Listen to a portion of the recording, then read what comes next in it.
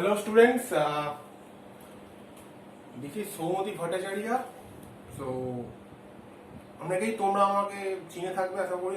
আমি ইলেকট্রিক্যাল অনেক subject basically JELET এবং মেশিন পড়াই।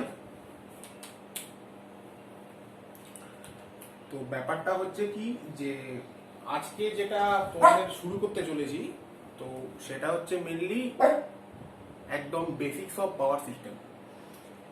তোমাদের যারা ইলেকট্রিক্যালের স্টুডেন্ট তোমরা আছো, তো আমরা পড়াতে গিয়ে দেখেছি কি যে তোমাদের পাওয়ার সিস্টেম তোমাদের একটা ভয় লাগে যে স্যার সাবজেক্টটা কি, একটা বৃহৎ আকার সাবজেক্ট। আমি মানছি পাওয়ার সিস্টেম সাবজেক্টটা অবশ্যই একটা বৃহৎ আকার সাবজেক্ট এবং যেটা চট করে ডিল করা খুব মুশকিলের ব্যাপার। কোনো এক্সপিরিয়েন্স লোক বা যথেষ্ট দক্ষ একজন লোক ছাড়া উইদাউট এনি সোর্স যথেষ্ট ডিল করা শক্ত ব্যাপার। তো ভয় পাওয়ার কিছু নেই। আমরা ইজি টু লার্নিং এর পক্ষ থেকে আমরা এইটুকু আশ্বাস দিতে পারি যে তোমরা যদি আমাদের সঙ্গে থাকো তাহলে তোমাদের ভয়টা কেটে যাবে। এবং যেরকম ভাবে পাওয়ার সিস্টেম বেসিক্যালি আমি তোমাদেরকে ভবিষ্যতে ডিল করতে চলেছি, তো বলা যায় কি যে পাওয়ার সিস্টেম নিয়ে তোমাদের সেই ভয়টা হয়তো থাকবে না, আমি গ্যারান্টি দিতে পারি। তো আর বেশি কথা বাড়ালাম না, সময় বড়ই কম। তো আজকে বেসিক্যালি একটা introductory class for power system. কেননা তোমরা হয়তো অনেকেই জানো যে 1 নভেম্বর 2021 থেকে আমরা বিভিন্ন রকম যত স্টেট জেইউ আছে, যেই যত স্টেট আছে তাদের জন্য আমরা একটা কোর্স লঞ্চ করেছি এবং ইলেকট্রিক্যালের সেখানে আমি পাওয়ার সিস্টেমটা তোমাদের পড়াবো। তো মোটামুটি আজকে একটা বেসিক কিছু জিনিসপত্র নিয়ে আমরা ডিসকাস করব যে পাওয়ার সিস্টেম কি, কেন, কি রকম ভাবে ডিল করা উচিত, জিনিসটা কোত্থেকে এলো, কেন, কটা পার্ট আছে, কোত্থেকে পাওয়ার সিস্টেমের শুরু, ইত্যাদি ইত্যাদি। তো চলো আর বেশি কথা বাড়ালাম না। তোমরা আশা করা যায় যে তোমরা মোটামুটি অনেকেই এটা ওয়াচ করছো এবং এইটুকু বলতে পারি যে যেরকম ভাবে পড়াবো তাতে তোমাদের খুব একটা কিছু যে খুব ভয় লাগছে স্যার বুঝতে পারছি না, এই ভাবটা কেটে যাবে। তো চলো শুরু করা যাক। Basics of power system. Basics of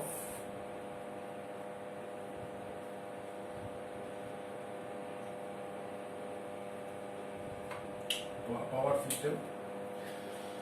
আচ্ছা, একটা কথা বলা যাক কি যে স্যার পাওয়ার সিস্টেমটা এই যে সাবজেক্টটা ডিল করতে চলেছি, that is power system.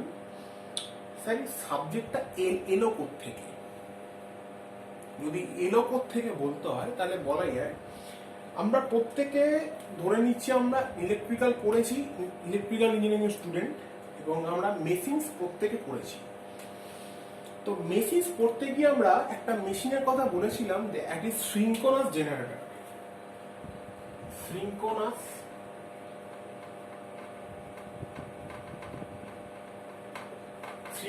Generator বা যেটাকে আমরা বলি হচ্ছে অল্টারনেটর। এখন প্রশ্ন হচ্ছে স্যার এই সিনক্রোনাস জেনারেটর বা অল্টারনেটরটা আপনি পাওয়ার সিস্টেম পড়াতে গিয়ে বললেন আসছে, আমি সমস্ত স্টেপ বাই স্টেপ আমি ডিল করতে থাকবো, জাস্ট তোমরা খালি শুনতে থাকো তাহলেই।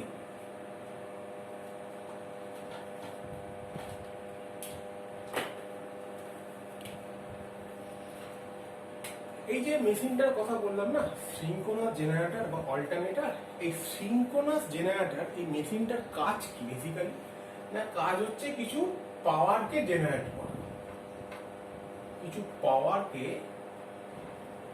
জেনারেট করা, পাওয়ার জেনারেশন, রাইট?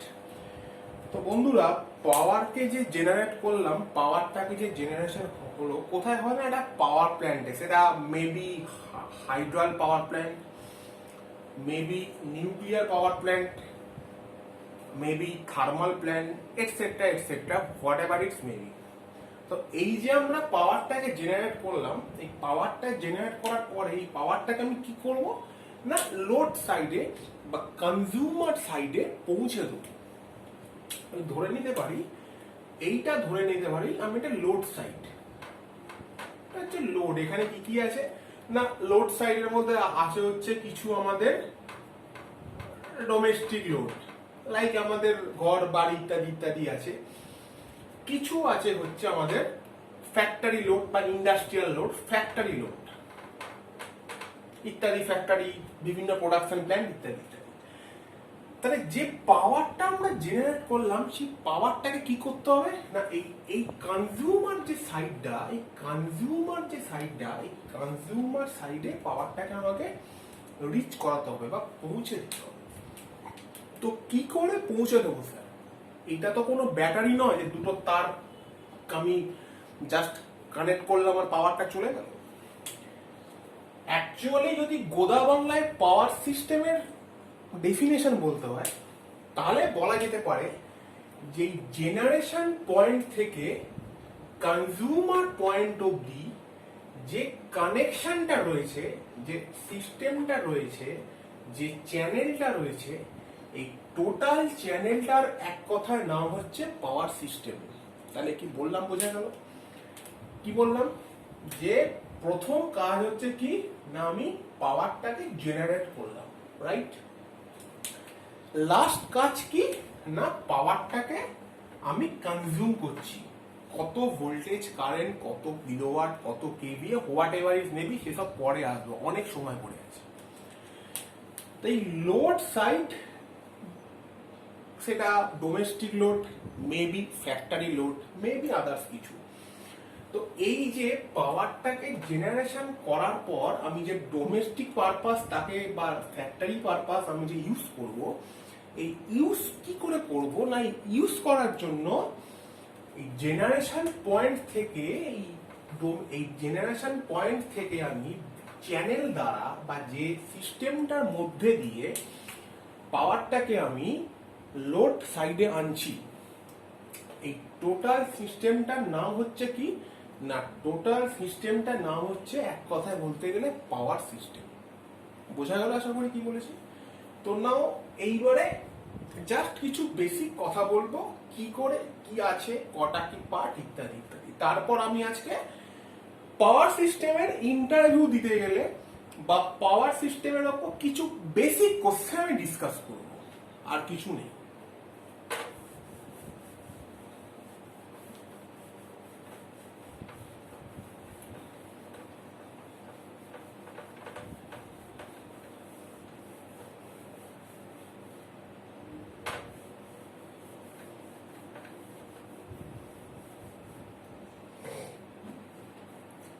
তাহলে ফার্স্ট পয়েন্ট কি আসছে না ফার্স্ট পয়েন্ট হচ্ছে জেনারেশন।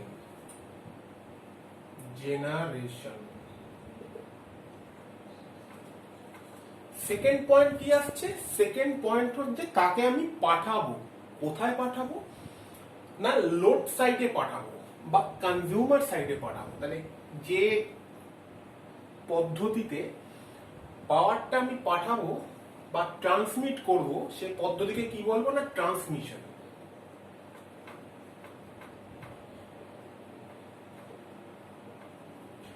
তাহলে দেখো ট্রান্সমিশন হয়ে গেল। এবারে ট্রান্সমিশন যে হয়ে গেল, এইবারে তো আমাকে পাওয়ারটাকে ডিস্ট্রিবিউট করতে হবে বিভিন্ন লোড, বিভিন্ন কনজিউমারের মধ্যে, মেবি ফ্যাক্টরি, মেবি আমার ডোমেস্টিক। তো এই যে ট্রান্সমিশনের পর তাকে যে আমি ডিস্ট্রিবিউট করব, তার যে প্রসেসটা রয়েছে বা যে সিস্টেমটা রয়েছে তাকে বলবো ডিস্ট্রিবিউশন।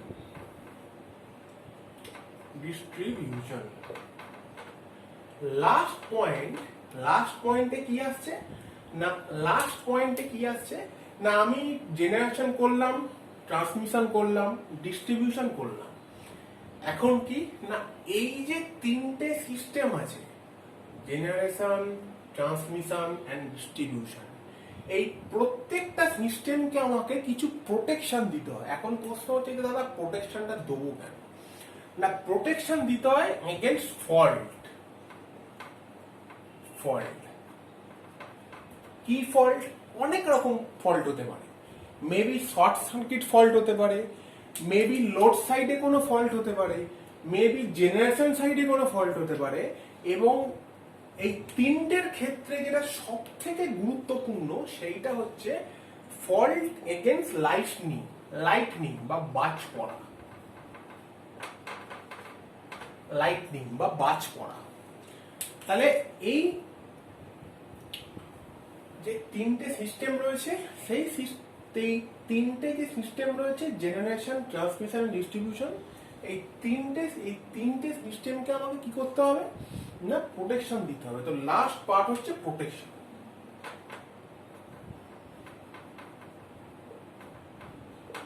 লাস্ট পার্ট হচ্ছে protection, right?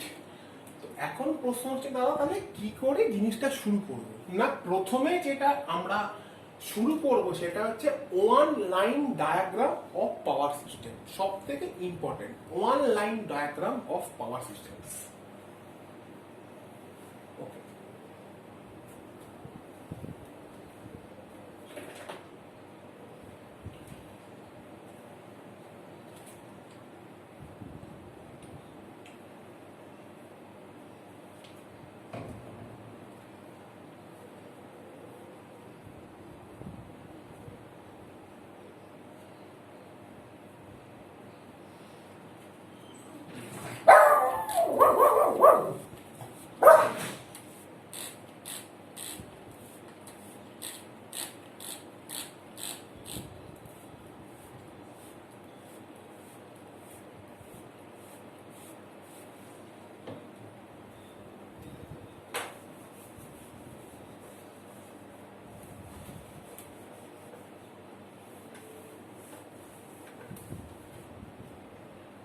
one line diagram of power systems.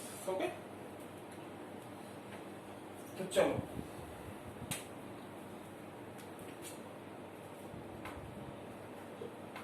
one line diagram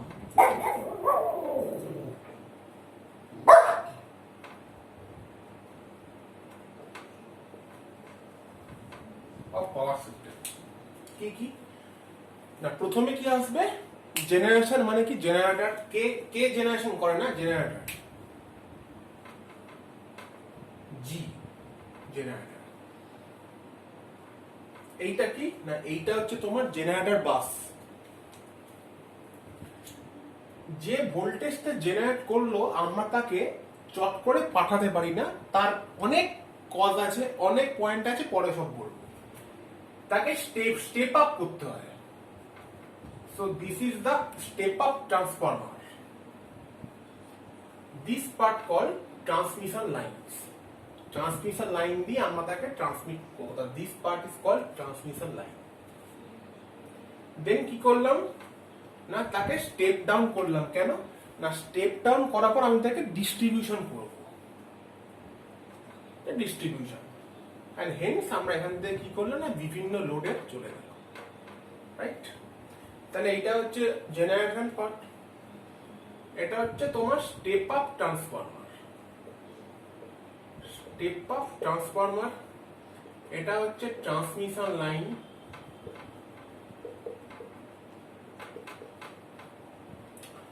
এইটা হচ্ছে step down transformer, step down transformer, এবং এইটা হচ্ছে লোড সাইড। তো এইটা হচ্ছে বেসিক্যালি একটা one line diagram of power system. আমি আরেকবার রিপিট করে দিচ্ছি এখানে। এইটা হচ্ছে প্রথম যেটা বলেছিলাম ফার্স্ট পয়েন্ট, জেনারেশন পার্ট। এখানে জেনারেটর দেওয়া আছে, জেনারেটর দিয়ে এটা জেনারেট করলো, করার পরে যে ভোল্টেজটাই জেনারেট করলো সেই ভোল্টেজটাই আমি বিভিন্ন কজের জন্য পাঠাতে পারি না। কজগুলো কি বলবো একটু পরে। তাকে স্টেপ আপ করলাম, স্টেপ আপ করে তাকে কি করলাম না ট্রান্সমিশন লাইন দিয়ে ট্রান্সমিট করলাম। ট্রান্সমিট করার পরে যে ভোল্টেজটা আমি ট্রান্সমিট করলাম অর্থাৎ স্টেপ আপ হয়ে যাওয়া যে ভোল্টেজটা, তাকে কমাতে পারবো। সেইটা তো আমি আর লোডে দিতে পারবো না, আমি তাকে কমাতে হবে। দিয়ে তাকে স্টেপ ডাউন ট্রান্সফরমার দিয়ে তাকে কমালাম, কমিয়ে লোডে দিয়ে দিলাম। তো এইটা বলতে পারো একটা one line diagram of power system, যেখানে মোটামুটি এইটা দেখে একটা মোটামুটি একটা রাফ স্কেচ পাওয়া যায়। ঠিক আছে?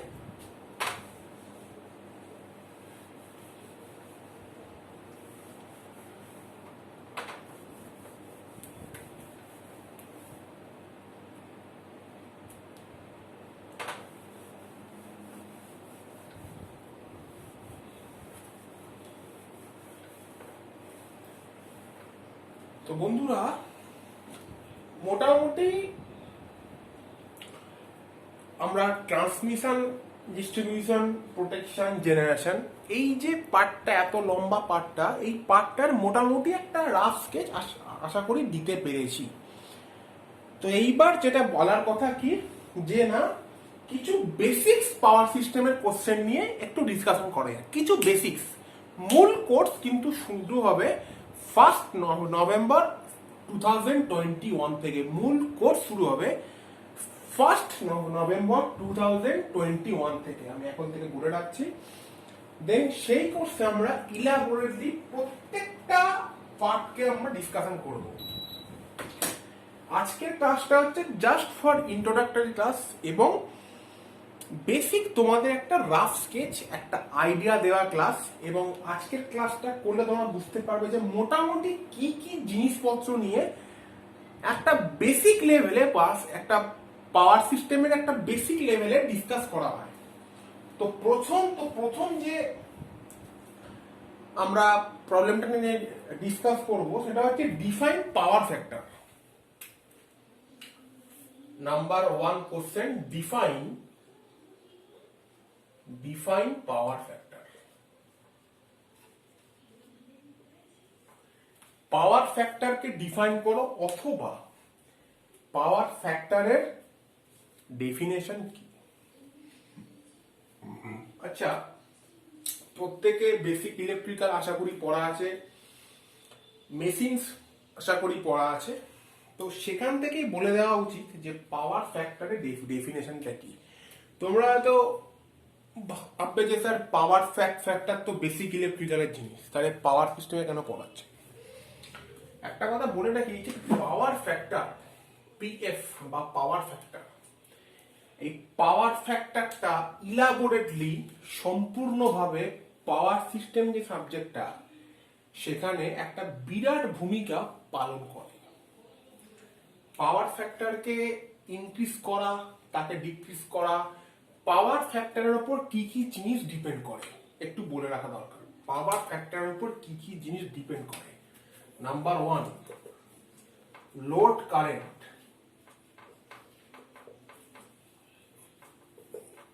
Number 2, receiving end voltage level. Receiving end voltage level. Number 3 হচ্ছে load characteristics. Load characteristics. Number 4 কি? নাম্বার 4 হচ্ছে বিভিন্ন পাওয়ার সিস্টেম ইকুইপমেন্টের পারফরমেন্স। পারফরমেন্স অফ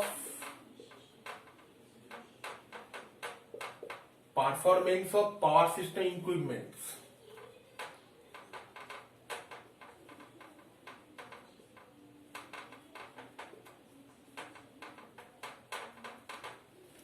নাম্বার 5 কি? নাম্বার 5 হচ্ছে বলতে পারো ট্যারিফ রেট, বা আমরা যেটাকে বাংলায় বলি ইলেকট্রিক বিল। কনজিউমার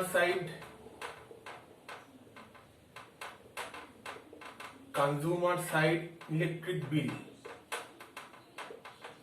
তাহলে এত কিছু ডিপেন্ড করে। তাহলে কি কি পয়েন্ট বললাম না, সামান্য এই যে লেখাটা পাওয়ার ফ্যাক্টর, এর উপর কি পয়েন্ট ডিপেন্ড করে না। নাম্বার 1 হচ্ছে লোড কারেন্ট, নাম্বার 2 হচ্ছে receiving end voltage level, number 3 হচ্ছে লোড ক্যারেক্টারিস্টিক্স, নাম্বার 4 হচ্ছে performance of power system equipments, number 5 যেটা একদম শেষে কনজিউমার সাইড ইলেকট্রিক বিল। এখন প্রশ্ন হচ্ছে স্যার কি করে কোনটা ডিপেন্ড করে।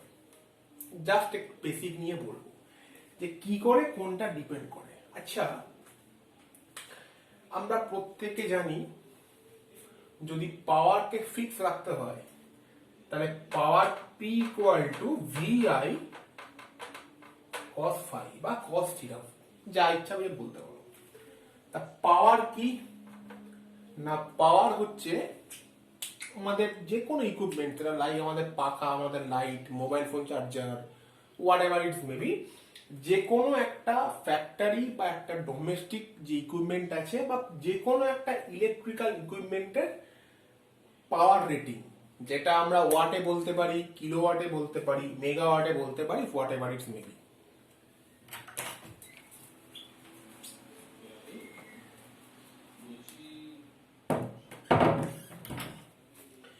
তো যে কোনো ইলেকট্রিক্যাল ইকুইপমেন্টের পাওয়ার কিন্তু অল টাইম ফিক্স থাকে, রাইট?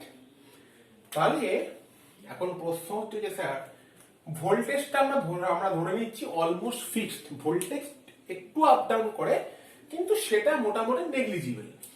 তো ভোল্টেজটা আমরা ধরে নিচ্ছি যে স্যার অলমোস্ট ফিক্স, ভোল্টেজটা অলমোস্ট ফিক্স। তাহলে ভ্যারি কে কে করবে না, একটা হচ্ছে পাওয়ার ফ্যাক্টর আর একটা হচ্ছে লোড কারেন্ট।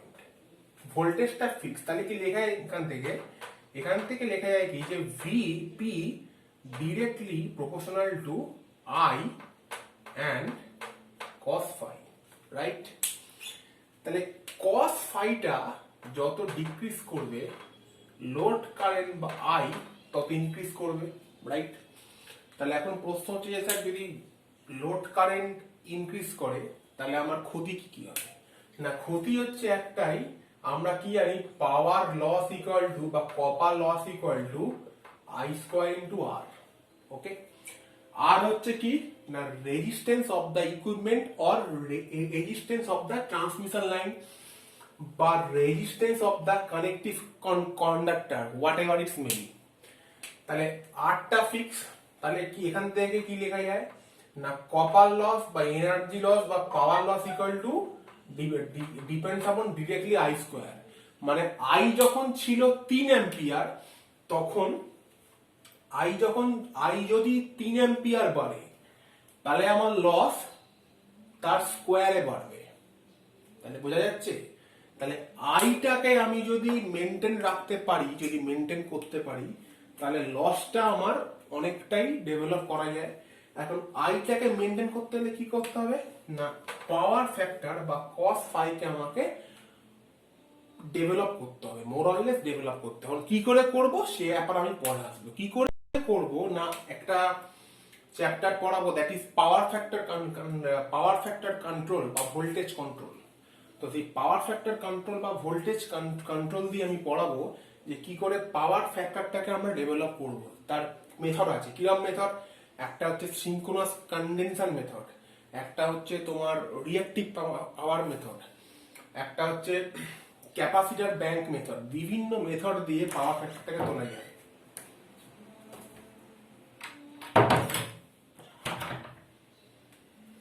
তো তাহলে এই গেল হচ্ছে আমার প্রথম পয়েন্টটা, লোড কারেন্ট। তাহলে load current complete. Next point কি আছে না, নেক্সট পয়েন্ট হচ্ছে receiving end voltage level. Receiving end voltage level মানে কি না, রিসিভিং এন্ড ভোল্টেজ লেভেল মানে হচ্ছে যে স্যার ধরুন জাস্ট আ মিনিট,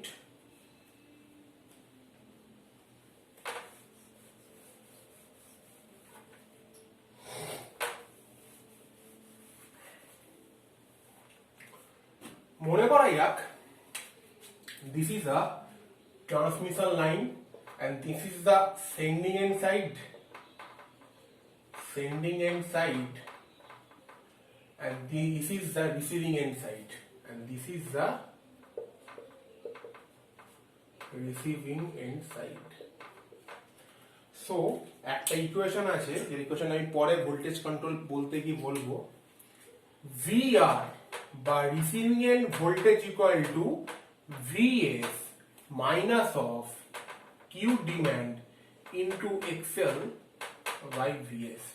এই Q ডিমান্ডটা কি না কিউ ডিমান্ড হচ্ছে আমার রিসিভিং এন্ড সাইডে কতখানি রিঅ্যাক্টিভ পাওয়ারের প্রয়োজন, তাকে বলা হয় কিউ ডিমান্ড। ভিএস হচ্ছে sending end voltage, VS both. VR হচ্ছে receiving end voltage, and XL হচ্ছে লাইনের ইন্ডাকটেন্স বা লাইনের ইন্ডাকটিভ রিঅ্যাক্টেন্স। এই যে লাইনটা, এই লাইনটার মধ্যে দুটো জিনিস দেখা যায়, একটা হচ্ছে রেজিস্ট্যান্স, একটা হচ্ছে ইন্ডাকটেন্স। তো পাওয়ার ফ্যাক্টর কন্ট্রোলের ক্ষেত্রে আমরা রেজিস্ট্যান্সটাকে মোরলেস আমরা নেগলিজিবল ধরে নিই। মেনলি আমরা ইন্ডাকটেন্সটা নিয়েই আমরা মেনলি কাজ করি। তো ইন্ডাকটেন্স বা রেজিস্ট্যান্স যাই বলো, সেইটা একটা লাইনের ক্ষেত্রে ফিক্সড, আমরা চেঞ্জ করতে পারবো না। ভিএস হচ্ছে সেন্ডিং এন্ড ভোল্টেজ, আমরা চেঞ্জ করতে পারবো না। তাহলে ভিএস সেম, এক্সএল সেম। ভিআরটা হচ্ছে আমার চাই, আমি একটা ভোল্টেজকে সেন্ড করব, পাঠালাম, আমি কি রিসিভ করব না ভিআর বা রিসিভিং এন্ড ভোল্টেজ। তাহলে প্রশ্ন হচ্ছে যে স্যার আমার যদি ভিআরটা ঠিকঠাক, ভিএস কে তো স্যার আমরা চেঞ্জ করতেই পারবো না, তাহলে স্যার আমাকে যদি ভিআরটা ঠিকঠাক পেতে হয় দেন আমায় কি করতে হবে, না আমাকে তখন কি করতে হবে না এই যে কিউ ডিমান্ড বা receiving and reactive power demand, এই কিউ ডিমান্ডটাকে আমাকে কমাতে হবে। কিউ ডিমান্ড যত কমবে এই টোটাল রাশিটার মানও তত কমবে। আমার দরকার কি না ভিআর ইকুয়াল টু ভিএস, আমার মোটিভ হচ্ছে ভিআর ইকুয়াল টু ভিএস। মানে আমি যদি এইটাকে জিরো করে দিতে পারি কোনোভাবে, যেটা পসিবল না, মানে প্র্যাকটিক্যালি পসিবল নয়, যদি জিরো করে দিতে পারি কোনোভাবে, তাহলে মানে টোটাল যে রাশিটা সেটা জিরো হয়ে গেল। তাহলে কি হলো না ভিআর ইকুয়াল টু ভিএস। তো এখন যদি জিরো করা পসিবল নয়, তাহলে এই কিউ ডিমান্ডকে যদি মিনিমাম করা যায়, তাহলে টোটাল রাশিটার মান আমার মিনিমাম হবে। অর্থাৎ ভিআরটা মোটামুটি আমার ভিএস এর কাছাকাছি যাবে। মানে ফর লিখতে পারি for Q demand minimum very low, then we have to say that VR nearly equal to VS। তাহলে এই কিউ ডিমান্ডকে ভেরি লো করব কি করে না স্যার, আমি যদি কি করি না, আমি যদি লোড সাইডের পাওয়ার ফ্যাক্টরটাকে ইনক্রিজ করতে পারি, দেন আমার রিঅ্যাক্টিভ পাওয়ার ডিমান্ডটা কমে যাবে। রিঅ্যাক্টিভ পাওয়ার ডিমান্ড কমে যাওয়া মানে হচ্ছে কিউডি কমে যাওয়া, কিউডি কমে যাওয়া মানে হচ্ছে এই টোটাল রাশিটার মান কমে যাওয়া। এবং টোটাল রাশিটার মান যখনই কমে গেল দেন কি হলো না, দেন আমার VR nearly equal to VS এর কাছাকাছি চলে এলো। তাহলে receiving end voltage level complete. Number 3 point কি, নাম্বার 3 হচ্ছে load characteristics. Load characteristics,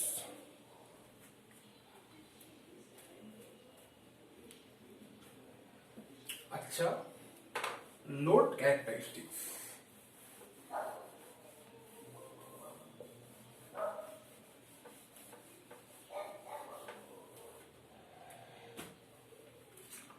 load characteristics ধরে নেওয়া যাক this is a total power system and this is a load. লোডটা আমি ধরে নিচ্ছি ইন্ডাকটিভ লোড। লোডটা হচ্ছে আমার inductive load, very much inductive load. লোডটা pure nearly about power factor nearly about 90 degree lagging. Load is highly inductive. তো আমি যদি এর সাথে একটা ক্যাপাসিটরকে শান্টে যোগ করে দিই দেন কি হবে না, ক্যাপাসিটরটা যদি পিওরলি ক্যাপাসিটর হয় দেন আমার লোডটা ডিরেক্টলি আমার ইউপিএফ বা ইউনিটি পাওয়ার ফ্যাক্টরে চলে যাবে।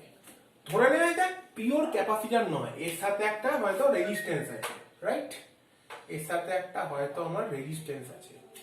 দেন কি হবে না, এটা তখন 90 ডিগ্রি ল্যাগিং না হয়, মোর অর লেস হয়তো 1 কি 2 কি ম্যাক্সিমাম 10 to 15 ডিগ্রি ল্যাগিং। মানে পাওয়ার, এবার দেখো ক্যাপাসিটরকে যোগ করলাম মানে কি হলো না, আমি যদি একটুখানি একটুখানি ভেক্টর ডায়াগ্রাম দিয়ে যদি একটু বলি, তাহলে তাহলে ধরে নেওয়া যাক এটা হচ্ছে আমার লোড ভোল্টেজ ভিআর বা রিসিভিং এর ভোল্টেজ ভিআর। এতক্ষণ আমার লোডটা কি লোড ছিল না, ইন্ডাকটিভ লোড 90 ডিগ্রি। তাহলে যদি ভিআর আমার লোড ভোল্টেজ হয় তাহলে এইটা হচ্ছে কি না লোড কারেন্ট 1।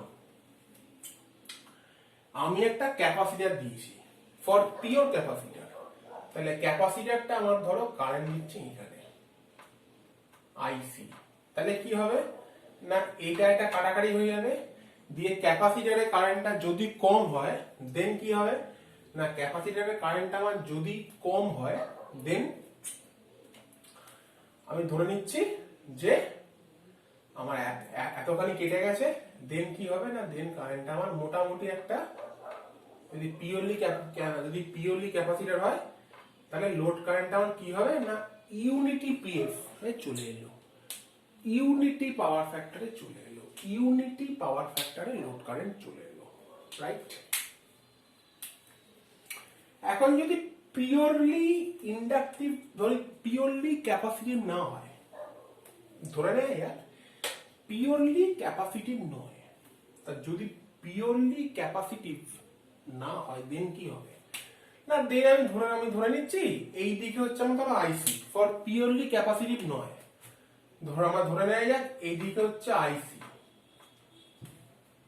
তাহলে কি হয় জিনিসটা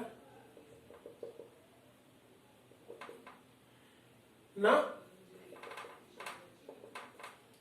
কারেন্টটা আমার ল্যাগিং এই থাকলো, ল্যাগিং এর পার্টটা কমে গেল। তাহলে আমার কি হচ্ছে না পাওয়ার ফ্যাক্টর আপ বা ডাউনের উপর আমার কি ডিপেন্ড করলো না load characteristics. Number 4, performance of power system equipment. Very important point. Performance of power system equipment. Very important points.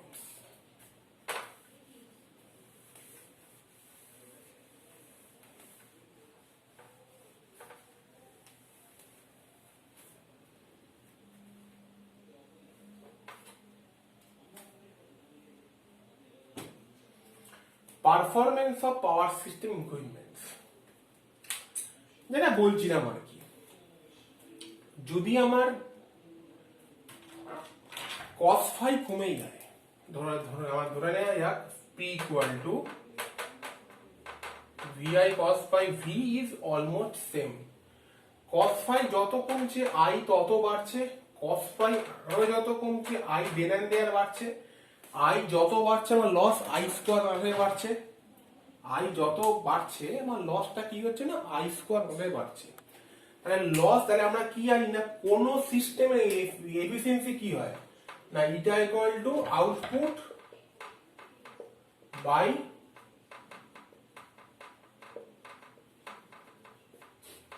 Output plus losses. তাহলে যদি পাওয়ার ফ্যাক্টরটা দিনকে দিন কমতে থাকে দেন লোড কারেন্ট বাড়তে থাকবে, আই যত বাড়বে লস তত বাড়বে, তত এফিসিয়েন্সি কমবে। তাহলে বোঝা যাচ্ছে তাহলে পাওয়ার ফ্যাক্টর যত ডিক্রিজ করছে আই তত ইনক্রিজ করছে, আই যত ইনক্রিজ করবে আই স্কোয়ার আর লসটা আমার তার স্কোয়ারে বাড়বে। মানে আই যদি 3 অ্যাম্পিয়ার ইনক্রিজ করে আই স্কোয়ার আর লস আমার 3 অ্যাম্পিয়ারের স্কোয়ারে বাড়বে মানে 9 এ বাড়বে। তাহলে লস যত বাড়বে এফিসিয়েন্সি দেন এন্ড দেয়ার কমবে। তাহলে performance of power system equipment বোঝা গেল। লাস্ট পয়েন্ট হচ্ছে consumer side electric bill, consumer side electric bill. ওকে,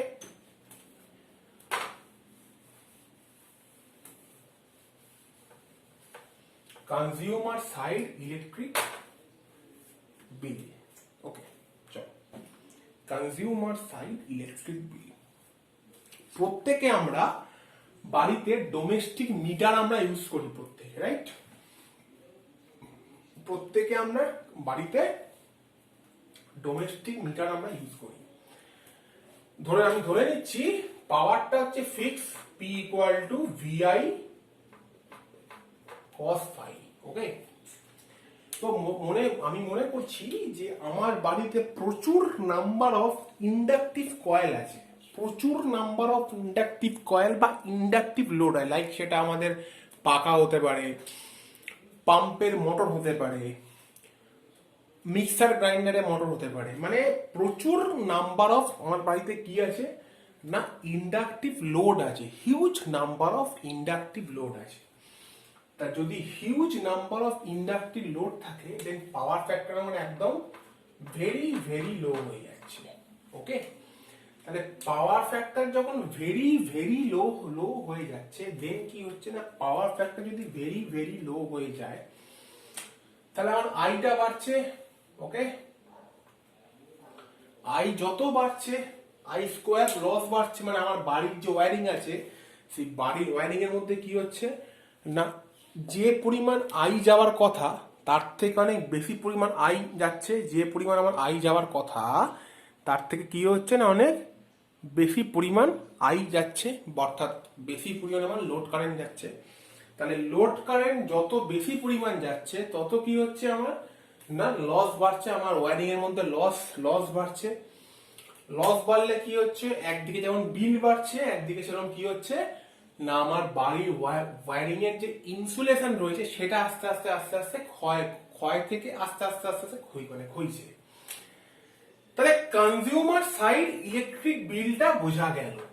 কি বললাম না যত পাওয়ার ফ্যাক্টর নামছে লোড কারেন্ট বাড়ছে, লোড কারেন্ট যত বাড়ছে লস বাড়ছে, লস যত বাড়ছে ইলেকট্রিক বিল বাড়ছে। ওকে, তাহলে ফার্স্ট কোশ্চেন অলমোস্ট কমপ্লিট। নাও সেকেন্ড কোশ্চেন হচ্ছে ডিফারেন্ট। সেকেন্ড কোশ্চেন চলো।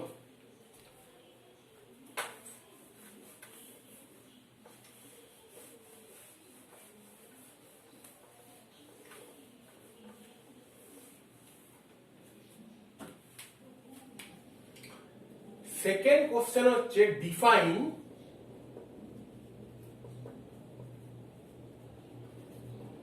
different level of voltage for transmission. ট্রান্সমিশনের জন্য কি কি আমরা ভোল্টেজকে ইউজ করে থাকি। প্রথমেই এই কোশ্চেনটা ডিসকাস করতে গিয়ে প্রথমেই যেটা বলে দেওয়া দরকার সেটা হচ্ছে যে আমাদের ইন্ডিয়ান পারপাস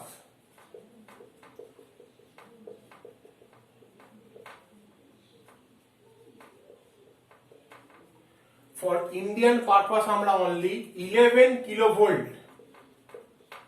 and 33 kilovolt আমরা জেনারেট করে থাকি, জেনারেশন অনলি এইটা 11 কিলোভোল্ট and 33 কিলোভোল্টকে আমরা জেনারেট করে থাকি। তো এইবারে যদি বিভিন্ন ভোল্টেজ লেভেল নিয়ে আমরা ডিসকাস করি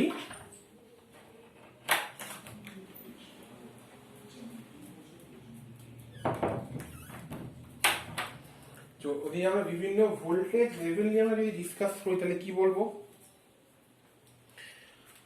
এই যে ভোল্টেজটা আমরা জেনারেট করলাম 11 কিলোভোল্ট বা 33 কিলোভোল্ট, এই ভোল্টেজটাকে বিভিন্ন লেভেলে স্টেপ আপ করা হয় দিয়ে ট্রান্সমিট করা হয়। আমি সেটা আগেও বলেছি 11 কিলোভোল্ট এবং 33 কিলোভোল্ট এই যে দুটো ভোল্টেজকে আমি জেনারেশন করলাম, এই দুটো লেভেলে ভোল্টেজকে আমরা কি করি না জেনারেশনের পর ট্রান্সমিট করি। ট্রান্সমিট করার পর তাকে আবার স্টেপ ডাউন করা হয়, স্টেপ ডাউন করে আমরা তাকে ডিস্ট্রিবিউশন করি। তাহলে ফর লো ভোল্টেজ লিখে দিচ্ছি, যদি লেস দেন 1 কিলোভোল্ট হয় তাহলে আমরা তাকে বলি low voltage for transmission purpose, low voltage, right. যদি 11 কিলোভোল্ট হয়, যদি 11 কিলোভোল্ট বা 33 কিলোভোল্ট হয় তাকে আমরা বলি high voltage, high voltage, right. যদি 66 কিলোভোল্ট হয়, 66 কিলোভোল্ট হয়, 110 কিলোভোল্ট হয়, 132 কিলোভোল্ট হয়, ইভেন 220 কিলোভোল্ট হয়, 220 কিলোভোল্ট হয়, এদেরকে আমরা বলি এক্সট্রা হাই ভোল্টেজ বা ইএইচভি লাইন পড়াবো আমি। Extra high voltage, extra high voltage. Now যদি 400 কিলোভোল্ট হয়, ফর ট্রান্সমিশন আমরা ট্রান্সমিট করে থাকি 400 কিলোভোল্ট, আমরা যখন এসি ট্রান্সমিশন করব তখন দেখতে পাবো আমরা 400 কিলোভোল্ট, আমরা 400 কিলোভোল্ট অবধি আমরা এসি ট্রান্সমিশন করে থাকি। তারপরে কি হয় পরে বলবো। যদি 400 কিলোভোল্ট হয়, 400 কিলোভোল্ট হয়, তাকে আমরা বলি হচ্ছে কি না মডার্ন এক্সট্রা হাই ভোল্টেজ বা এমইএইচভি লাইনস। এইটাকে শর্টে বলা হয় হচ্ছে ইএইচভি লাইনস।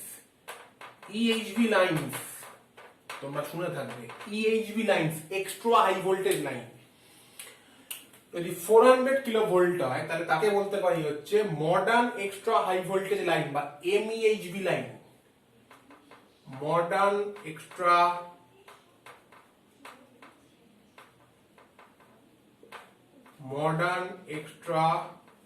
হাই ভোল্টেজ লাইন বা শর্টে বলা হয় এমইএইচভি লাইন। যদি 765 কিলোভোল্ট হয়, 765 কিলোভোল্ট হয়, তাকে কি বলি আমরা না ultra high voltage line. Ultra high voltage.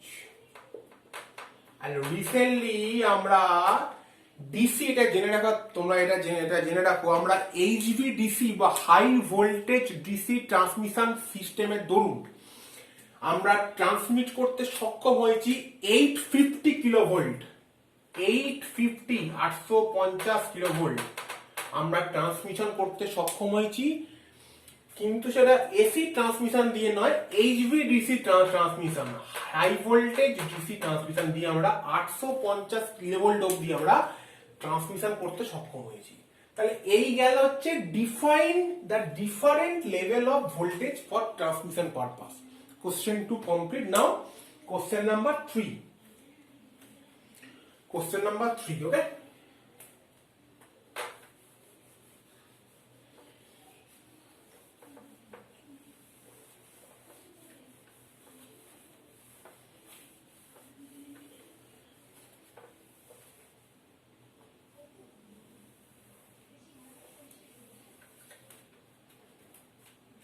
Question number 3. Question number 3 হচ্ছে, কোশ্চেন নাম্বার 3 কি বলছে যে why the transmission voltage is multiple of 11 kilovolt. Why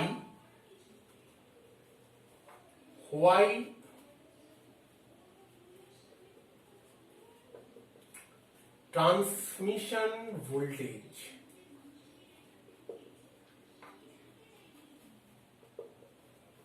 is multiple of 11 kilovolt.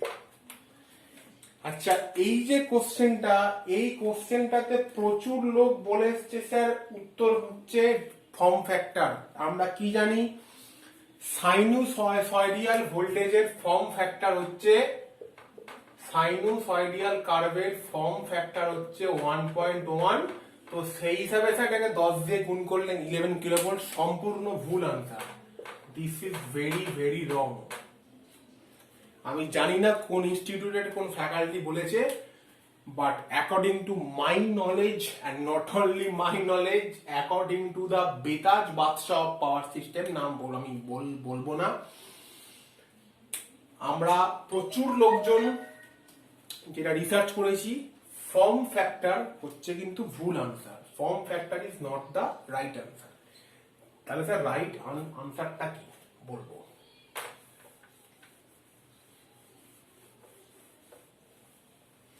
যে কেন ট্রান্সমিশন ভোল্টেজ 11 কিলোভোল্টের মাল্টিপল। ব্যাপারটা হচ্ছে যে আমাদের যখন ব্রিটিশ গভর্নমেন্ট আমাদের যখন দেশকে রুল করতো, বা আমাদের দেশে যখন ইন্ডিয়ান গভর্নমেন্ট প্রতিষ্ঠিত হয়নি, বিফোর দা আমাদের ইন্ডিপেন্ডেন্সের আগে, অর্থাৎ যখন পরাধীন ছিল, তখন ব্রিটিশ গভর্নমেন্টের যে রুলস ছিল তাতে ঠিক ছিল কি, যে আমরা কনজিউমার সাইডের যে ভোল্টেজ নেবো সেটা নেব হচ্ছে 10 কিলোভোল্ট। 10 কিলোভোল্ট নেবো, যেটা হচ্ছে আমাদের কনজিউমার সাইড ভোল্টেজ। লিখে দিচ্ছি, কনজিউমার সাইড ভোল্টেজ। এবং তারপরে গভর্নমেন্ট অফ ইন্ডিয়া রুল করে যে ট্রান্সমিশন থেকে যখন আমি আলটিমেট ট্রান্সমিশন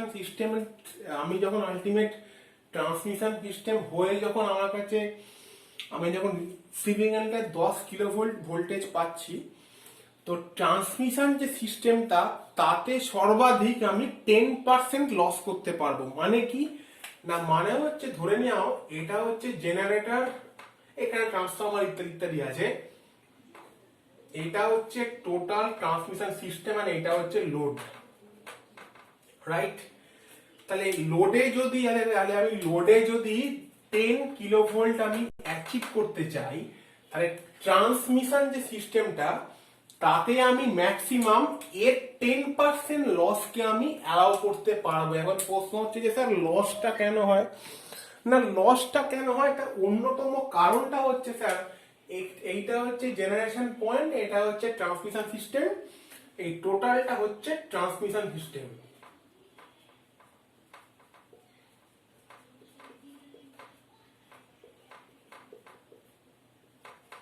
এই টোটালটা হচ্ছে স্যার ট্রান্সমিশন সিস্টেম, এবং এইটা হচ্ছে লোড সাইড বা কনজিউমার সাইড। তাহলে লোড সাইড কিছু কারেন্টকে কনজিউম করছে, কিছু পাওয়ার কনজিউম করছে, maybe active or maybe reactive or maybe complex, so whatever it may be. তাহলে এই লোড যে কারেন্টটা আসছে, লোড কারেন্টটা কোথা দিয়ে আসছে স্যার? এই ট্রান্সমিশন লাইনের মধ্য দিয়ে লোড কারেন্টটা আসছে। ট্রান্সমিশন লাইনের মধ্য দিয়ে স্যার লোড কারেন্ট আসছে। The transmission line is a conductor, সেটা maybe copper conductor, maybe aluminium conductor.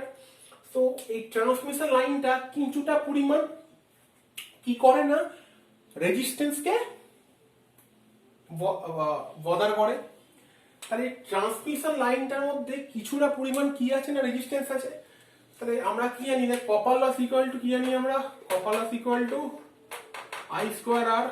আর এই ট্রান্সমিশন লাইনটার মধ্যে কি হবে না, কিছুটা ভোল্টেজ ড্রপ হবে, সেটা কেন হবে না, ট্রান্সমিশন লাইনের মধ্যে কি আছে না, কিছু আছে রেজিস্ট্যান্স, কিছু আছে ইন্ডাকটেন্স, রাইট? ওকে, তাহলে এই এদের টোটাল অ্যাক্রস একটা ভোল্টেজ ড্রপ হবে, দ্যাট ইজ, যদি আমি যদি বলি এটা টোটাল জেড বলি, তাহলে ভোল্টেজ ড্রপ কত না, V drop equal to I into Z. তাহলে বলছে যে according to the Indian government or government of India rule হচ্ছে, যে ভোল্টেজটা আমি লোড সাইডে পাবো তার ম্যাক্সিমাম 10% আমি বদার করতে পারবো কি হিসাবে না, লস হিসাবে। কিসের লস না, ট্রান্সমিশন লস। তাহলে 10 কেভি ইন্টু আমি যদি 10% করি, তাহলে আসবে হচ্ছে আমার কি 1 কিলোভোল্ট। তাহলে ম্যাক্সিমাম লস এখানে যদি 1 কিলোভোল্ট হয়, এবং যদি লোড সাইডে আমাকে ভোল্টেজকে কন্টিনিউয়াস 10 কিলোভোল্ট বজায় রাখতে হয়, তাহলে টোটাল আমাদের কত ভোল্টেজকে জেনারেট করতে হবে না, 1 KV plus 10 KV equal to 11 KV. এই 11 কেভি ভোল্টেজকে আমাকে টোটাল জেনারেট করতে হবে। সো জেনারেশন পয়েন্টে ভোল্টেজ থাকবে আমার মিনিমাম 11 কেভি।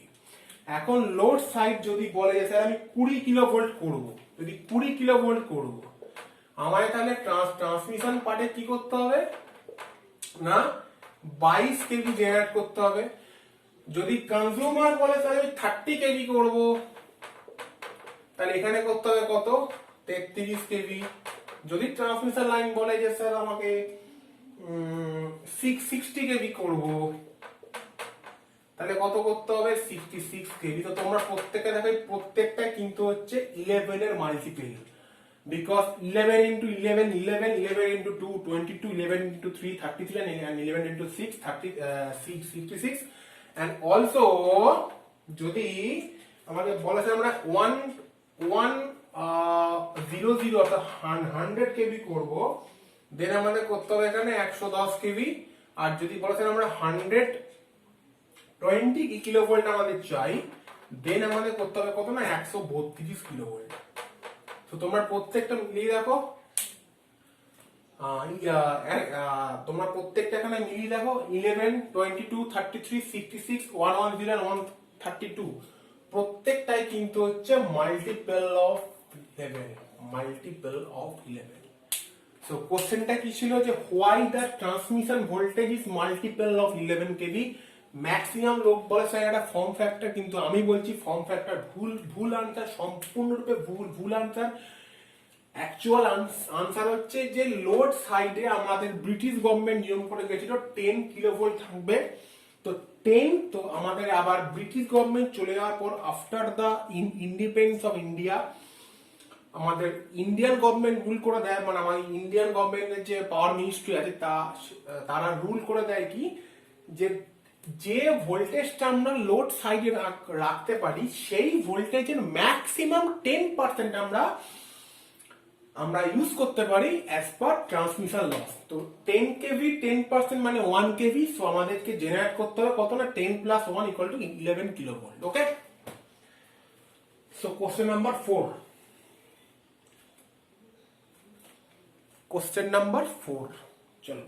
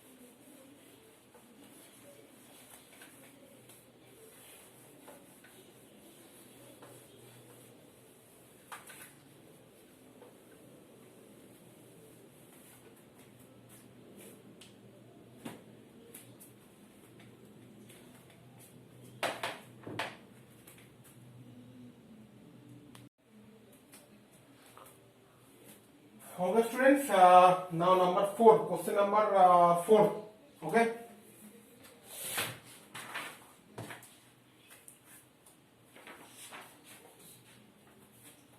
question number 4 হচ্ছে যে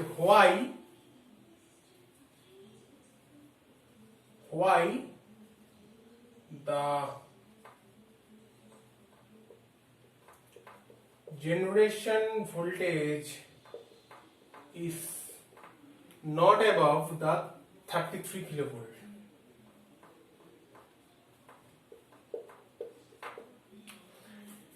আমাদের ইন্ডিয়াতে যত ভোল্টেজকে আমরা জেনারেট করি সেটা ম্যাক্সিমাম আমরা করতে পারি 33 কিলোভোল্ট অবধি। কেন আমরা 33 কিলোভোল্টের ওপর যাই না? 33 কিলোভোল্টের ওপর আমরা ভোল্টেজকে আমরা জেনারেশন করি না, যার one and only the problem হচ্ছে কি না আমাদের ইনসুলেশন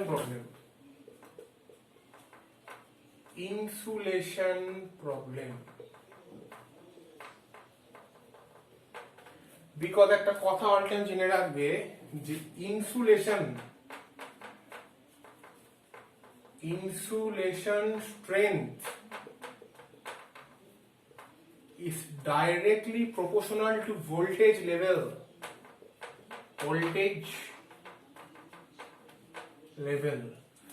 সো যখন আমরা ট্রান্সমিশন করি তখন এর ব্যাপারটা কিন্তু আলাদা। তো বলতে পারেন যে স্যার তাহলে যখন আমরা ট্রান্সমিশন করছি বা ডিস্ট্রিবিউশন করছি তখন তো ইনসুলেশন লেভেল এর থেকে অনেক বেশি। হ্যাঁ, তখন অবশ্যই বেশি ইনসুলেশন লেভেল ট্রান্সমিশন লাইনের ক্ষেত্রে অনেক বেশি। কিন্তু ব্যাপারটা হচ্ছে কি যে আমরা যে ভোল্টেজটা জেনারেট করি, তো ভোল্টেজটা আমরা কোথায় জেনারেট করি? একটা পাওয়ার প্ল্যান্টে জেনারেট করি, একটা অল্টারনেটর থ্রু। তো ভোল্টেজ আমরা যত বেশি জেনারেট করব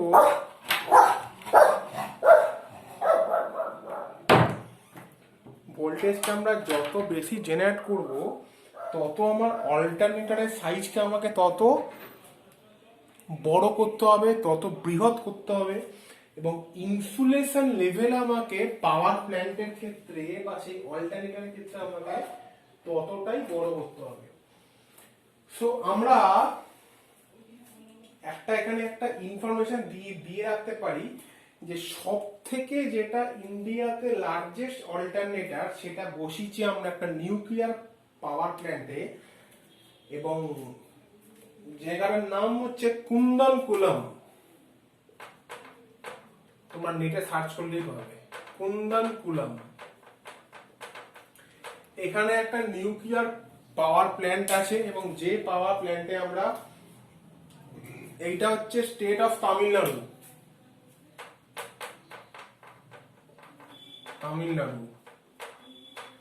এই তামিলনাড়ুর কুন্দনকুলম বলে একটা জায়গা আছে যেখানে আমরা একটা power plant, nuclear power plant install করতে সক্ষম হয়েছি, এবং যেখানে সব থেকে বড় অল্টারনেটর আমরা বসাতে পেরেছি, এবং তার ক্যাপাসিটি হচ্ছে 24.5 kilovolt at the rate of 1000 MVA capacity.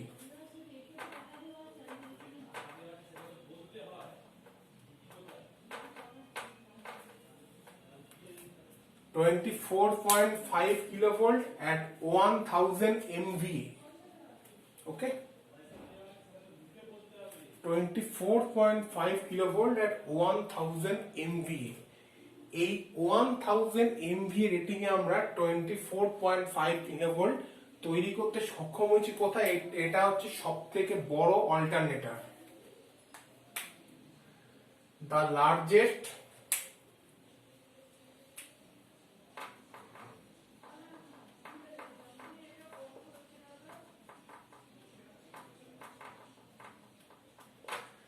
Largest alternator. এবং বলতে পারো কি যে এটা হচ্ছে একটা nuclear power plant,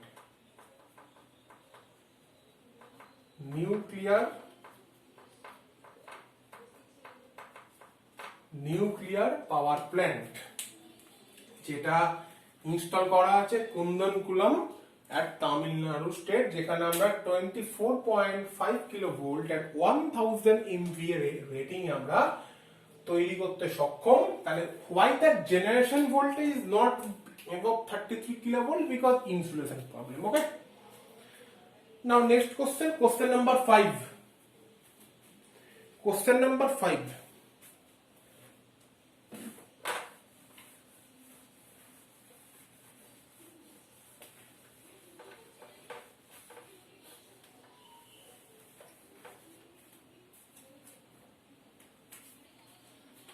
Now question number 5 হচ্ছে why AC system is came rather than DC system। কি বলছে?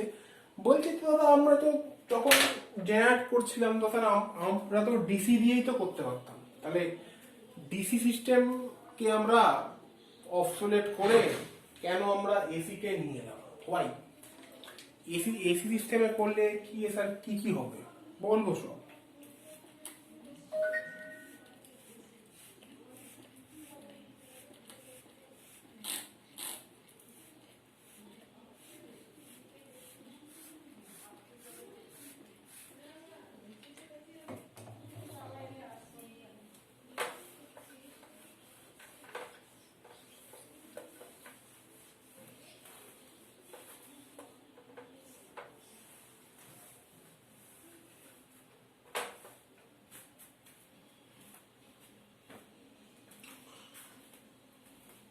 Why AC system is came?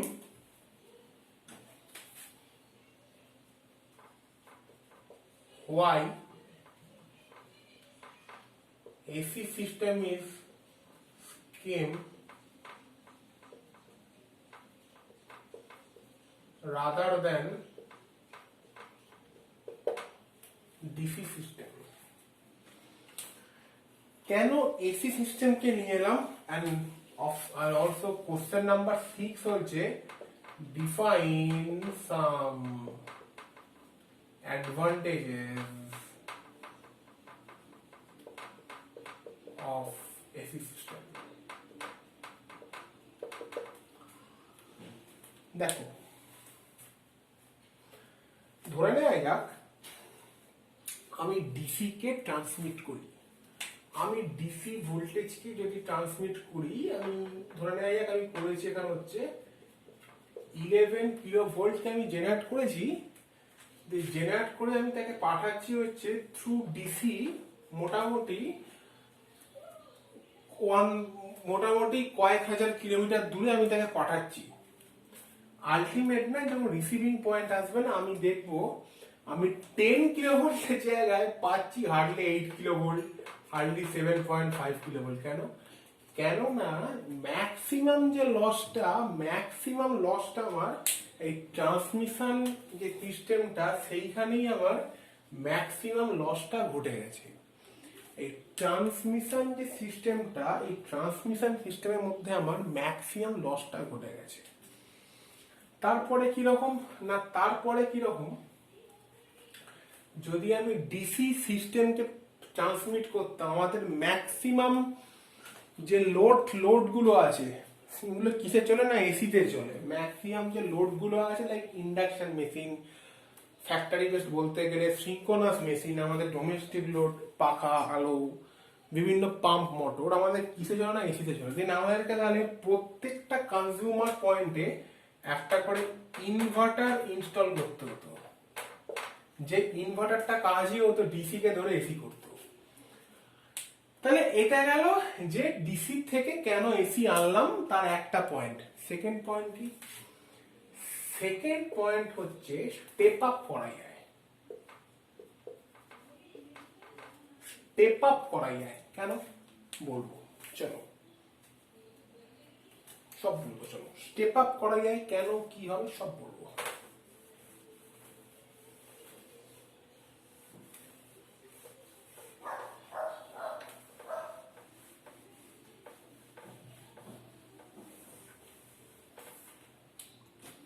যেটা বললাম, যদি আমি এটা এসির ক্ষেত্র বলি, ধরে নেওয়া যাক আমি এখানে 11 কিলো ভোল্ট জেনারেট করেছি, আর কয়েক হাজার কিলোমিটার পরে যখন লোড সাইডে আমি পাচ্ছি হচ্ছে 8 কিলো ভোল্ট, 9 কিলো ভোল্ট, কি হার্ডলি 9.5, 10 পেলাম না।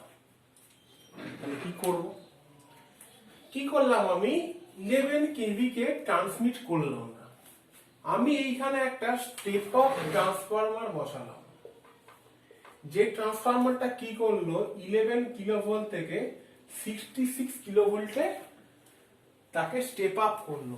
এখন একটা পয়েন্ট দেখো, আমরা কি বলেছি, P = VI cos phi। আমি ধরে নিচ্ছি পাওয়ার ফ্যাক্টর অলমোস্ট ফিক্স। ওকে, তাহলে যদি পাওয়ার ফ্যাক্টরটাকে আমি অলমোস্ট ফিক্স ধরে নিই, তাহলে আমরা কি জানি যে লোড পাওয়ারটা কি হচ্ছে অলমোস্ট ফিক্স। তাহলে আমি যদি লোড পাওয়ারকে অলমোস্ট ফিক্স রাখতে চাই, দেন আমি কি করতে পারি না, P ডিরেক্টলি প্রপোর্শনাল কি হচ্ছে V × I। তাহলে আইটাকে কমাতে গেলে ভি কে বাড়াতে হবে। ওকে, আমরা প্রত্যেকে ইলেকট্রিক্যাল মেশিনস পড়েছিলাম, মনে আছে? তো ইলেকট্রিক্যাল মেশিনস আমরা কি করেছিলাম, যে ট্রান্সফরমার করেছিলাম। তো ট্রান্সফরমার কি করে না, ট্রান্সফরমারে কি থাকে, এই যে দুটো যে সাইড থাকে ট্রান্সফরমারের, সেখানে কি থাকে না, একদিকে V1 I1 আর একদিকে V2 I2। তো V2 যদি বেশি হয় I1 কমবে, V1 বেশি হলে I1 কমবে, আবার যদি এইদিকে V2 কম হয় তাহলে I2 বাড়বে। মানে কি হচ্ছে না, পাওয়ারটা ফিক্স, P1 = P2, পাওয়ারটা আমার ফিক্স। তো সেম ফান্ডা আমি যদি এইখানে লাগাই, তাহলে কি বলতে পারবো না, আমি যদি ভোল্টেজ লেভেলটা বাড়িয়ে দিই, আমার তাহলে কারেন্টটা কমবে, কারেন্টটা যত কমবে আমার এখানে লসটা কমবে, লসটা যত কমবে আমার একটা ইকোনমিক্যাল দিক দিয়ে সেভ হবে, অ্যাজ ওয়েল অ্যাজ আমার ট্রান্সমিশন লাইনটার এফিসিয়েন্সি বৃদ্ধি হবে। কেন না, এটা = কি জানি আমরা, output by output plus losses. তো লসেসটা যত কমবে আমার efficiency of the transmission line তত আমার বেটার হবে বা বৃদ্ধি হবে। তাহলে আমি কি করলাম না 11 কেভি থেকে 66 কেভি করলাম, হার্ডলি খুব কম লস খাবে। কেননা যত ভোল্টেজ লেভেল বাড়াচ্ছি কারেন্টটা আমার কমছে। কেননা এই সাইডে, এই যে লোড সাইডে কি করা হয় না, একটা স্টেপ ডাউন ট্রান্সফরমার থাকে। স্টেপ ডাউন ট্রান্সফরমারটা কি করলো না 66 থেকে আবার 11 কেভিতে করে দিল। ওকে, তাহলে দেখো আমি 11 কেভি জেনারেট করেছি, 11 কেভি পেলাম। মধ্যেখানে কি হলো না, এখানে যদি 5 অ্যাম্পিয়ার কারেন্ট আমার লোডটা আনতো, যেই ওই পারে ভোল্টেজটা বেড়ে গেল, ওই কারেন্টটা কমে আমার 2 অ্যাম্পিয়ার হয়ে গেল। তাহলে কারেন্টটা যখনই কমে গেল, ভোল্টেজ ড্রপটা কমে গেল, কারেন্ট যখনই কমে গেল আমার আই স্কোয়ার আর লস কমে গেল, আই স্কোয়ার আর লস যখনই কমে গেল আমার লসেস কমলো, লসেস যেই কমে গেল আমার এফিসিয়েন্সি বেড়ে গেল। ওকে, তো এইটা হচ্ছে একটা first point for AC transmission. এখন কিছু ডিসঅ্যাডভান্টেজ আছে, পরে বলবো। সেকেন্ড পয়েন্ট কি না, সেকেন্ড পয়েন্ট কি ফর এসি ট্রান্সমিশনের ক্ষেত্রে স্যার, সেকেন্ড পয়েন্ট কি এসি ট্রান্সমিশনের ক্ষেত্রে স্যার, সেকেন্ড পয়েন্ট হচ্ছে যে স্টেপ আপ বা স্টেপ ডাউনের কথাটা বললাম স্যার। এসি ট্রান্সমিশনের ক্ষেত্রে আরেকটা পয়েন্ট কি না, এসি ট্রান্সমিশনের ক্ষেত্রে স্যার আরেকটা আমাদের উল্লেখযোগ্য পয়েন্ট হচ্ছে, আমরা বাড়িতে যতগুলো ইকুইপমেন্ট আমরা ইউজ করি সব হচ্ছে এসিতে চলে বা অল্টারনেটিং কারেন্টে চলে। তো স্যার সব যেহেতু স্যার আমরা এসিতে ইউজ করি না, তো স্যার আমি যদি এখান থেকে এসিকে যদি ট্রান্সমিট করি, ডিসি যদি না করি স্যার, তাহলে কি হবে, তাহলে আমাদেরকে প্রত্যেকটা লোড পয়েন্টে আলাদা আলাদা করে স্যার রেকটিফায়ার ইনস্টল করতে হবে না। আমরা ডিরেক্টলি স্যার আমরা এসি থ্রু চালাতে পারবো। সো রেকটিফায়ারের খরচাটা নিচে গেল। তো এইটা ছিল হচ্ছে একটা বেসিক কিছু ডিসকাশন, যে কেন আমরা এসি সিস্টেমকে নিয়ে এলাম এবং কিছু এসি সিস্টেমের কিছু অ্যাডভান্টেজ থ্রু ডিসি। এখন এসি সিস্টেমের কিছু ডিসঅ্যাডভান্টেজ আছে, সেটা একটা ভোল্টেজের পরে বলবো। Question number 5, 6 complete. Question number 7। Question number 7 হচ্ছে corona effect, not corona virus. This is power system corona. What is corona effect?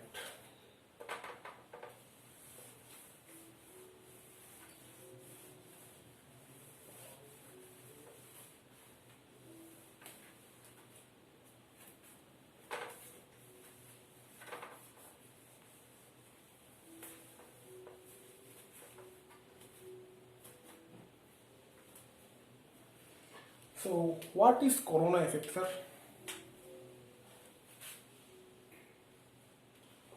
Corona effect.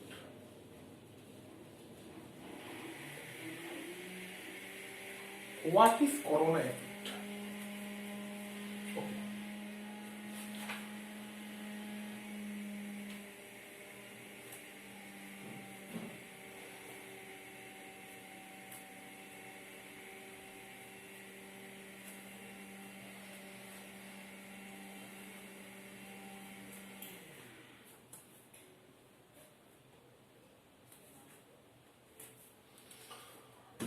For AC system only, corona effect একটা পয়েন্ট লিখে দিচ্ছি।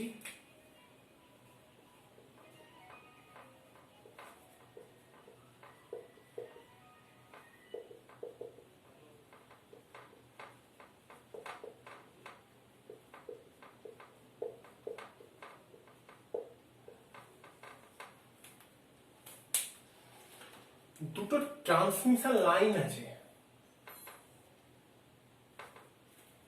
ওকে, মনে করা যায় দুটো ট্রান্সমিশন লাইন খুব কাছাকাছি আছে,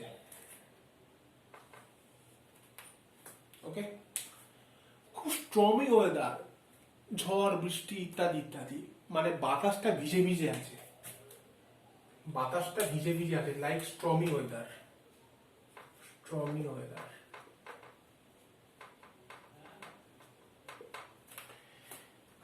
ওয়েদারে কি হয় না, বাতাসের মধ্যে প্রচুর জলীয় বাষ্প থাকে, অর্থাৎ বাতাসটা আমরা গোলা বাংলায় বলতে পারি কি, যে বাতাসটা স্যার একটু ভিজে ভিজে থাকবে, ওকে। ভোল্টেজ যদি মোটামুটি 400 কিলো ভোল্টের ওপর হয়, ভোল্টেজ যদি 400 কিলো ভোল্টের ওপর বা 400 কিলো ভোল্ট হয় ধরো, দেন এই দুটো ট্রান্সমিশন লাইন যদি খুব কাছাকাছি থাকে, তাহলে দেখা যাবে কি যে এই দুটো ট্রান্সমিশন লাইনের মধ্যে একটা ফেন্ট ভায়োলেট গ্লো বা একটা নীলাভ আভা চলে যাচ্ছে, একটা ফেন্ট ভায়োলেট গ্লো, একটা ফেন্ট ভায়োলেট গ্লো এইখানে দুটো ট্রান্সমিশন লাইনের মধ্যে দিয়ে দেখা যাবে। এবং একটা হিসিং সাউন্ড, একটা হিসিং মানে প্রেসার কুকারে যেমন সাউন্ড হয় সেরকম একটা হিসিং সাউন্ড দেখা যাবে,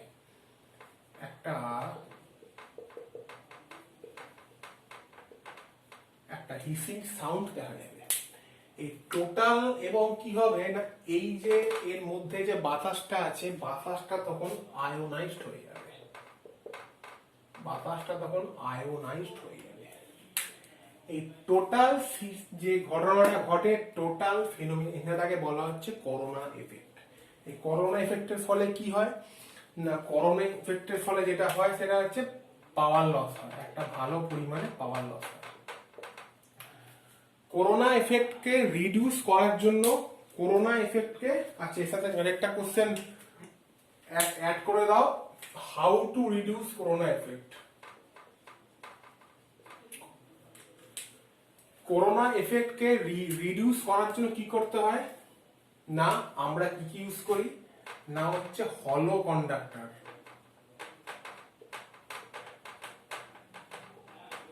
হলো কন্ডাক্টর মানে হচ্ছে, এখন কন্ডাক্টর পড়াবো বলবো, হলো কন্ডাক্টর মানে হচ্ছে ফাঁপা কন্ডাক্টর, লাইক হলো কন্ডাক্টর মানে হচ্ছে ফাঁপা কন্ডাক্টর, এতে ইন্ডাকটেন্সটা কম হয়।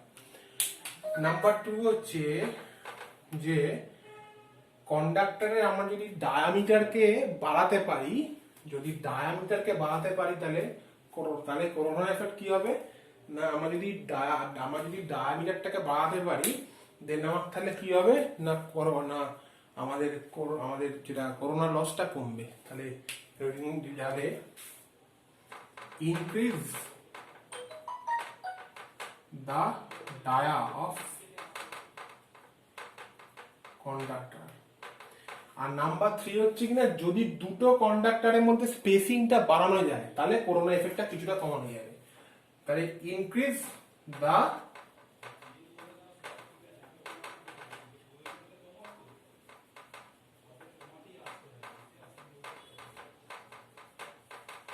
spacing between the conductor, increase the spacing between the conductor। Last দুটো কোশ্চেন আর আছে, একটা হচ্ছে হোয়াট ইজ ট্যারিফ। তো এটা অলরেডি এটা হচ্ছে করোনার একটা বেসিক। আমি যখন 1 নভেম্বর থেকে আমাদের কোর্স লঞ্চ করছে, দেন সেখানে যখন সিস্টেম ক্লাস নেবো, দেন আমি পুরোটা একদম ইলাবোরেটলি বলবো। তো এটা হচ্ছে করোনা এফেক্টের জাস্ট একটা বেসিক। কোশ্চেন নাম্বার 9,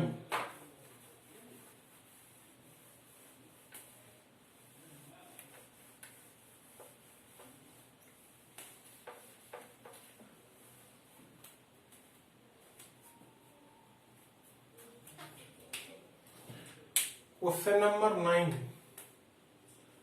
9 হচ্ছে what is tariff.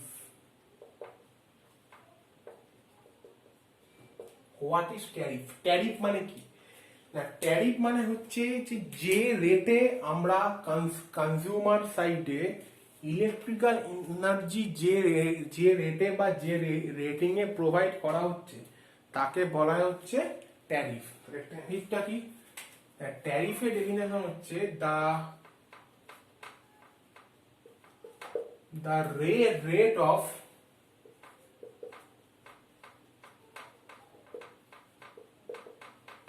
the rate of transmitting of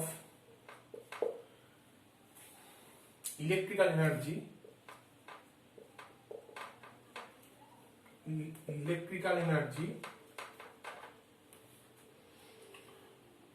to the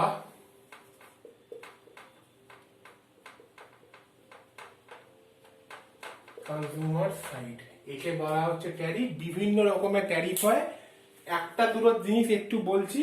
একটা তোমার ধরো আমাদের হচ্ছে নরমাল ট্যারিফ,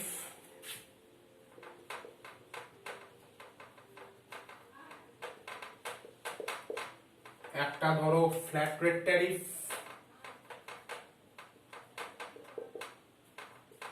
একটা ধরো maximum power demand tariff, maximum power demand tariff, একটা ধরো পাওয়ার ফ্যাক্টর ট্যারিফ। এই পাওয়ার ফ্যাক্টর ট্যারিফটা maximum applicable for factory purpose, not for domestic purpose. Power factor tariff.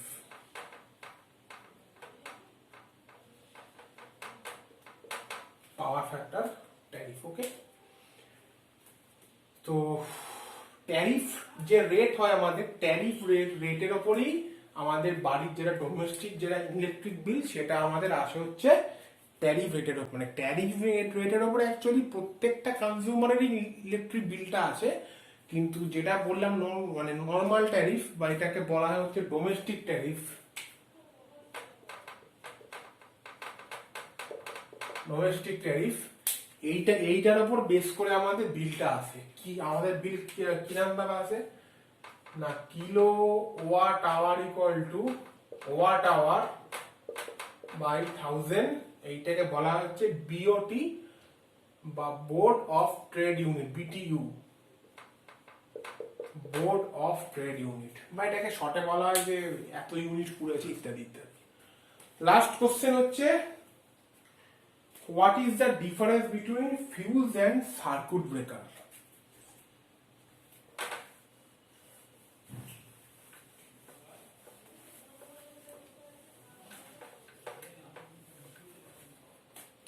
What is the difference between fuse and circuit breaker? Okay.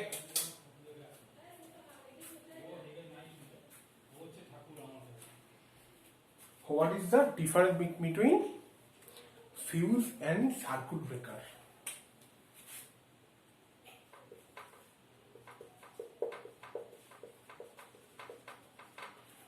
Difference between fuse and circuit breaker. প্রথম কথা হচ্ছে যেটা বলার দরকার সেটা হচ্ছে ফিউজ। ফিউজ আমরা জেনারেলি ফিউজের রেটিং হয় অ্যাম্পিয়ারে,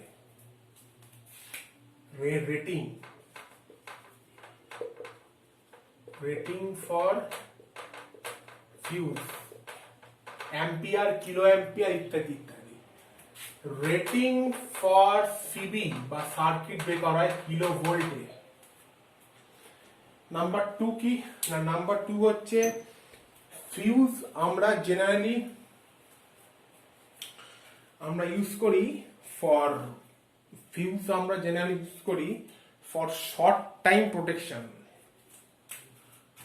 ইউজ ফর short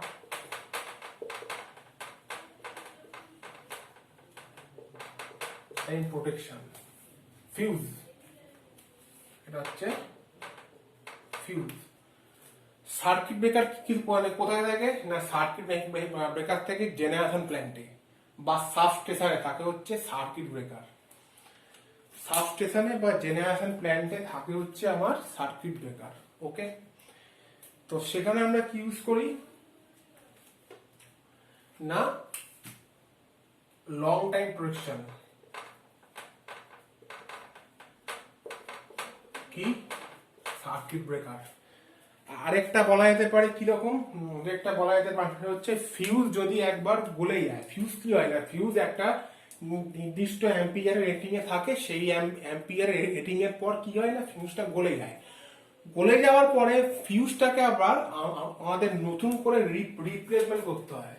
মানে রিপ্লেসমেন্ট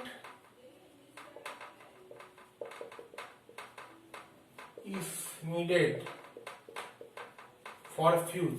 আর সার্কিট ব্রেকার কি না, সার্কিট ব্রেকারের সঙ্গে একটা রিলে থাকে, সার্কিট ব্রেকারের সাথে একটা রিলে থাকে। যদি এটা সিভে হয়, এটা হচ্ছে রিলে থাকে। এই রিলেটা কি করে না, এই রিলেটা কি করে না, যে কোনো ফল্টকে, এই রিলেটা যে কোনো ফল্টকে ডিটেক্ট করে সে সার্কিট ব্রেকারকে একটা সিগন্যাল পাঠায়, দেন সার্কিট ব্রেকার কি হয় না কিছু সময়ের জন্য খুলে যায়। যদি এটা সার্কিট ব্রেকার হয় তাহলে সার্কিট ব্রেকারটা এরকম করে খুলে যায়, ফলে খুলে যাওয়ার পরে কি হয় না একটা আর্কিং হয় এবং আর্কিং বা স্পার্কিং হওয়ার পর কি হয় না সার্কিট ব্রেকারটা খুলে যায়, মানে খোলার সময় আর কি হয় ব্যাপারটা। তা সার্কিট ব্রেকারটা যেই খুলে গেল একটা নির্দিষ্ট টাইম মানে ফর এ লং টাইম কি হলো না আমার পুরো সিস্টেমটা ওপেন হয়ে গেল ফর লং প্রোটেকশন।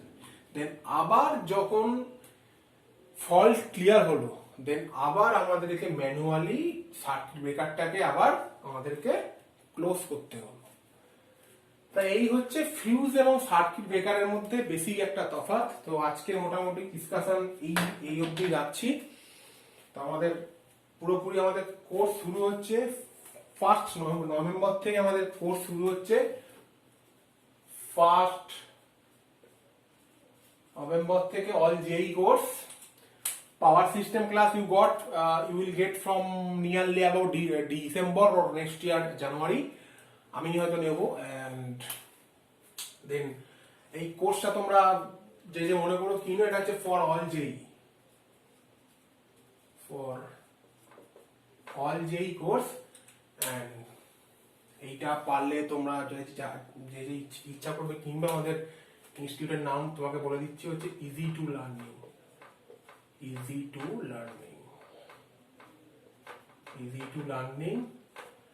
পারলে তোমরা ইউটিউবে গিয়ে দেখো বা আমাদের ফেসবুক পেজও আছে, তোমরা ইউটিউবে গিয়ে দেখো, সমস্ত ডিটেলস পেয়ে যাবে। ইভেন যেটা সব থেকে বলার কথা হচ্ছে আমাদের নিজস্ব অ্যাপস আছে, যে অ্যাপস এর মাধ্যমে তোমরা 24 ঘন্টা ইন্টু 365 ইন্টু 7 ডেজ এক একটা লেকচারকে যতবার ইচ্ছা তোমরা ঘুরিয়ে ফিরিয়ে দেখতে পারবে। ওকে, সো বাই বাই ফ্রেন্ডস, আবার নেক্সট কোনো একটা লেকচারে আমাদের দেখা হচ্ছে। চলো টাটা, গুড নাইট।